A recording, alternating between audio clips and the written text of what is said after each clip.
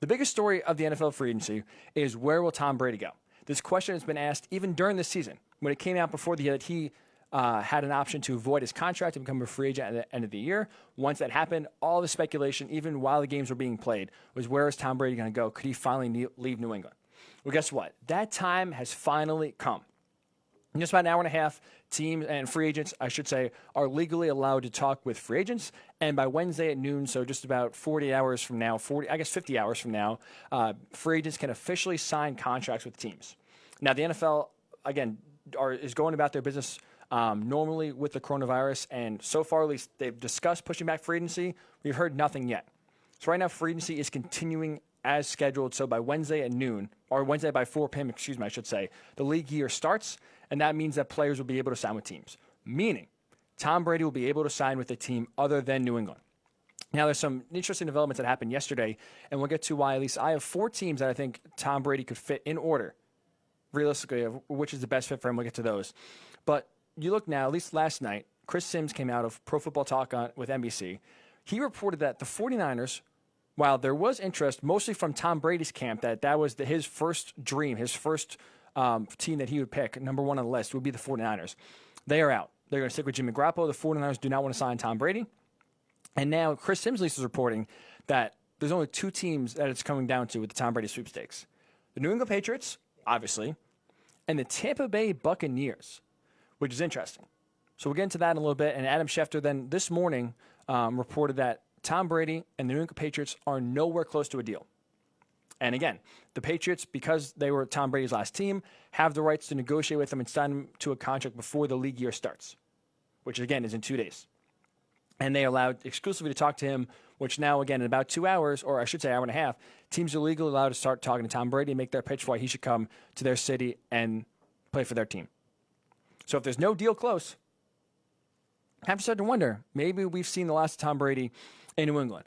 So with that said, Tom can do whatever he wants, but there are teams I think that fit his skill set and fit where he goes. So I've ranked 4 teams in order what will be the best for Tom Brady.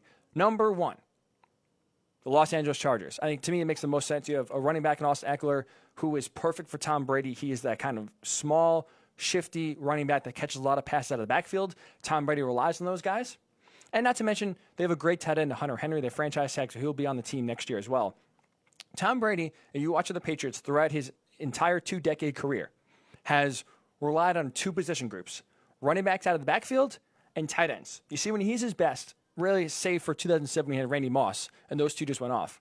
He relied on on the tight end and Rob Gronkowski, and running backs coming out of the backfield. You know, you have a million of them right throughout the years. Kevin Falk, most lately James White. So you have 2 guys that are perfect skill sets for Tom Brady, already in place, already signed under contract. They have a decent offensive line, which with being 43, Tom's going to need. He's not mobile. He's not fleet of foot, never was, and he's slower than ever. He needs a good offensive line because he can't get out and run. They have a pretty solid defense. I mean, I understand the Chargers had a down year this year, right? They were 4-12. The year before they were 12-4. I understand the NFL is a year-to-year league, but they still have Joey Bosa, still have Melvin Ingram, still have Derwin James. They have legitimate players on each level of the defense. They have an important thing with 2, which is very important. They have cap space, 11th most in the NFL in terms of cap space. Why is that important? Because you have to build weapons around Tom Brady. You have to build an offense and a defense that is built to win. You're not signing Tom Brady. These 4 teams I have listed, you're not signing Tom Brady to bring him in for 2 years as a stopgap quarterback, maybe go to the playoffs. Tom Brady wants to win. He has 6 Super Bowls. He wants a 7th. He is driven by winning. He's not driven by, we'll just make the playoffs. That'll be a nice year. We'll call it a year. Maybe win a game. Who knows? But shucks. As long as we make the playoffs, that's going to be a good year. He's going to go somewhere where it makes the most sense for him to win and where he's going to win the most.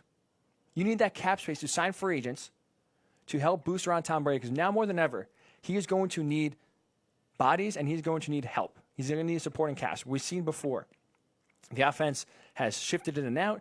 There's rarely been continuity with offensive pieces and offensive weapons around Tom Brady. He's going to need that. He's going to need some big-time players, which helps because guess what? The Chargers have the 6th overall draft pick. Whoever you pick, offensive line, defense, receiver, loaded receiver draft. And guess what? That player is going to be an instant impact player. They're going to come in and they're going to already be a great and be a starter. That's going to help the Chargers team. They have 3 top 100 picks. So you're going to theoretically draft at least 3 guys that can come in right away and help boost your team. Not to mention, too, and this is important, at 43, right? You need better weather. You can't be taking some of these big hits in the cold, playing in some rainy, snowy conditions. LA, not many better places you'd rather play. So those, at least for me, why I would have the Chargers number one. Now, don't get me wrong, the downsides. The ownership with the Spanos family, not great. He goes from Robert Kraft, a great owner of the Patriots, does the right thing on the field for the organization, and kept them, again, he helped build the best dynasty we've ever seen in the NFL. So you have steady ownership there. Now you leave that for the Spanos family and, let's just say, not great ownership. We'll put it nicely. I'm sure the people of San Diego have even some nicer words to say about the Spanos family. But this is interesting as well. I saw this report last night. With the coronavirus, obviously, we didn't think it impacts the NFL because there's no games being played. Free agency is still ongoing. But this is where it's going to have maybe a significant impact next year, maybe could affect Tom Brady's decision on whether to go to the Chargers or not.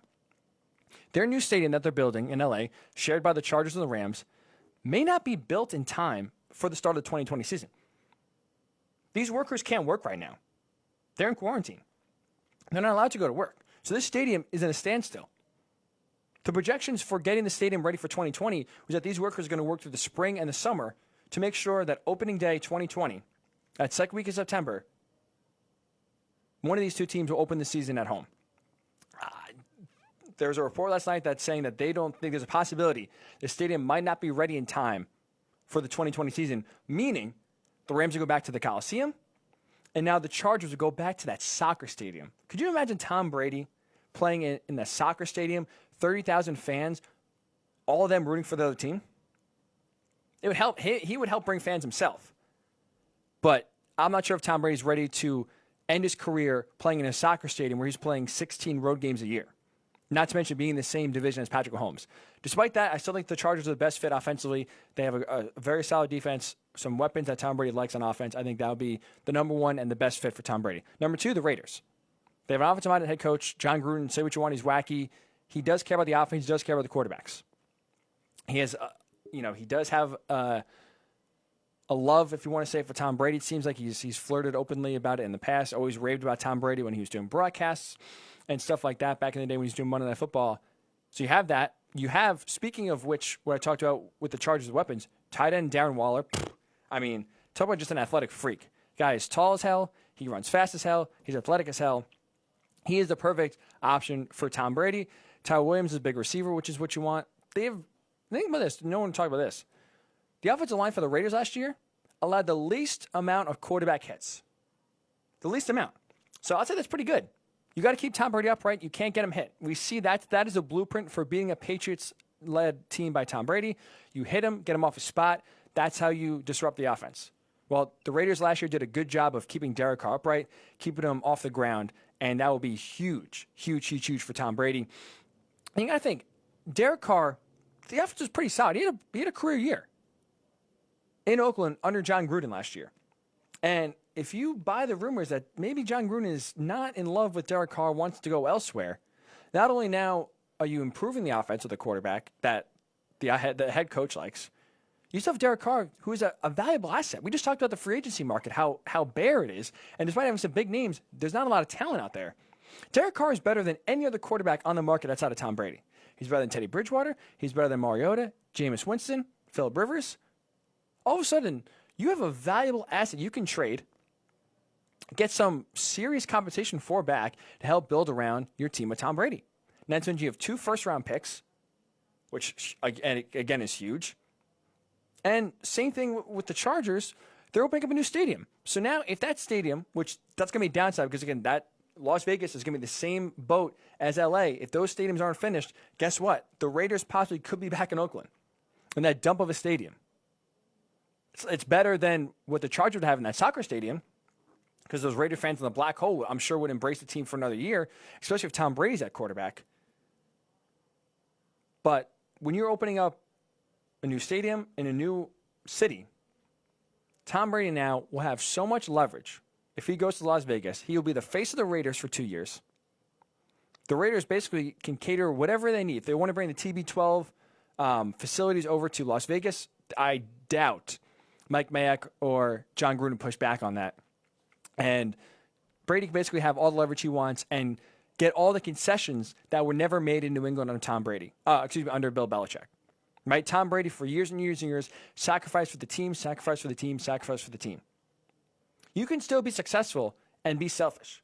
Tom Brady now has a chance to, for the first time in his career, be selfish. If he's smart about it, where he doesn't just sign for the place that gives him the most money, if he's smart about being selfish where he wants these players signed, he wants his TB12 method here, he wants to do things kind of his way.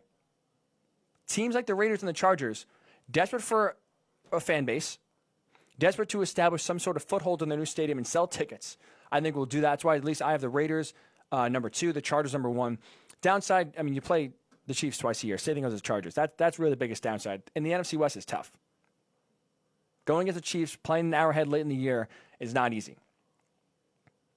So that, to me, at least, is the biggest downside if Tom Brady was to go to Las Vegas. Number 3, the Patriots, right? I mean, obviously, you know the pros. There's a lot of familiarity, a lot of continuity. Their defense was elite last year. The division, is easier. It's getting harder, don't get me wrong, but it's easier than the AFC West, which is the first 2 teams I've listed here. Right? I mean, the Dolphins they're a tough group. They're a spunky group. I'll put them in the same light as the Cardinals, where they're no rollover, they're no pushover. You're not going to go in there and automatically win. Brian Flores has been a great coach, and he's done a great job with that team. The Jets, you think they have, if they are blessed more with a little injury luck next year, should be better. And then the Bills went to the playoffs last year. So, while the division is getting tougher, don't get me wrong, it's still easier than what it was or what it could be, I guess, in the AFC West when you're going against that machine of Patrick Mahomes and Andy Reid. And not to mention, Patriots have 12 picks. I mean, no one dressed better than the Patriots. They have an abundant amount of picks. So they can trade up to get someone, or they can just draft really well. Here's the downside, though. This is, to me, at least, the biggest reason why I don't think Tom Brady, it makes sense for him to go back. They don't have a lot of cap space. They're 18th in the amount of cap space they have. And why is that important? Because last year, I didn't think the reasons for the Patriots' struggles on offense were Tom Brady's fault. The receivers, they rotated in and out. A lot of them were young. A lot of them were hurt, were signed in the middle of the year. You traded for Mohamed Sanu in the middle of the year. The Patriots' offense is based on timing and reads, right? They look at the defense. Tom Brady sees they're playing one sort of defense. The receiver has to see they're playing that same sort of defense, and he cuts one way or another. They have to be on the same page. That was not the case last year. There's a lot of miscommunication where Tom Brady thinks the receiver's running one route, the receiver runs another route.